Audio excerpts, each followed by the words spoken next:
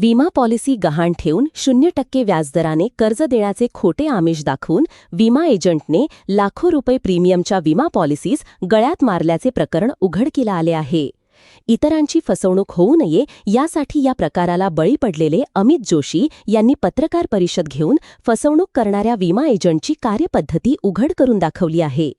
विमा कंपन्यांनी अशा एजंटवर नियंत्रण ठेवावे आणि ग्राहकांनी खोट्या आमिषाला बळी पडू नये असे आवाहन त्यांनी केले. स्टार युरेका इन्शुरन्स मार्केटिंग कंपनीच्या एजंटकडून विमा पॉलिसी विकत घेण्यासंदर्भात जोशी यांच्याशी संपर्क साधण्यात आला. ज्या विमा पॉलिसी आपण घ्याल त्याच्या 10 पट रकमेचे कर्ज या पॉलिसीज गहाण ठेवून 0% व्याजदराने आपल्याला दिले जाईल असे आमिष या एजंटने जोशी यांना दाखवले.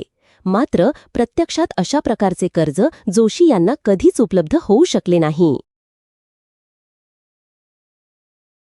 मुंबईमधल्या एका स्टार युरेका इन्शुरन्स नावाच्या फर्मनी माझ्याकडून मी त्यांच्याकडून काही पॉलिसी काढून घेतल्या. त्या पॉलिसी होत्या मॅक्स लाईफच्या. हा मॅक्स लाईफचाच ऑथराइज एजंट यांनी मला सांगितलं होतं की तुम्हाला 0% का 0% लोन आम्ही तुम्हाला या पॉलिसीवर देऊ. विषय हा की ते लोन कधी झालंच नाही, हा पहिला मूळ मुद्दा.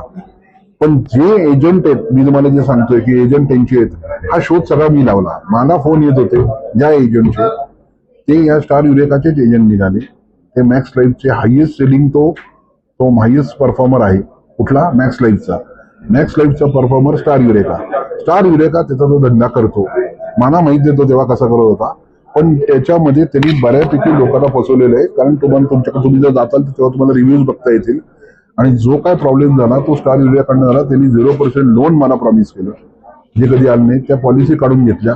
तर माझ्या पॉलिसी ज्या काढल्या गेल्या त्या माझ्या इन्कमच्या 5 पट आहेत. माझं इन्कम जर 1 रुपये असेल तर त्यांनी 5 रुपयाच्या पॉलिसी मला दिल्या. आता हे सगळं जो प्रकार आहे हा कंपनी इन्शुरन्स एजंट ह्याच्यामध्ये काही ना काहीतरी कुठं ना कुठेतरी देर इज सम अंडरस्टँडिंग, काय म्हणायचं मला माहित नाही. पण हे दिल्याच कशा गेल्या, हा माझा पहिला पॉईंट. माझं अगदी फायनल म्हणणं कंपनीला एवढं आहे की जर तुमच्या त्या एजंटनी मान्य केलंय की मी माझ्याकडनं माझ्या स्टाफकडनं ही चूक झाली, हे मिस सेलिंग केलं गेलं, हे मिस सेलिंग करून मी हे सगळं जे कम्युनिकेशन आहे त्यांनी ते मॅक्स लाईफ कंपनीला केलेलं आहे.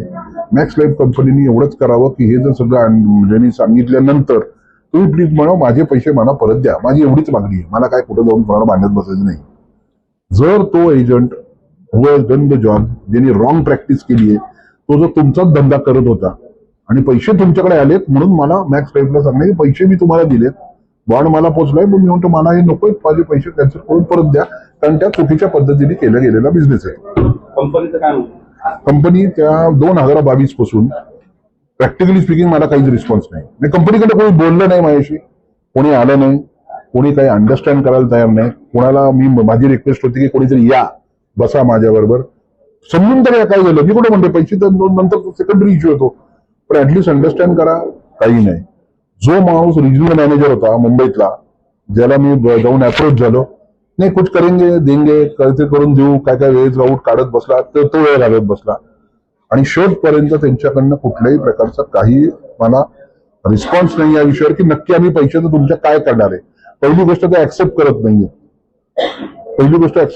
म्हणजे माझं म्हणणं काय आहे, जर चूक झाली आहे तर यावं बसून मला मी सांगतो त्यांना काय झालंय, पण कुठल्याच प्रकारचा रिस्पॉन्स नाही.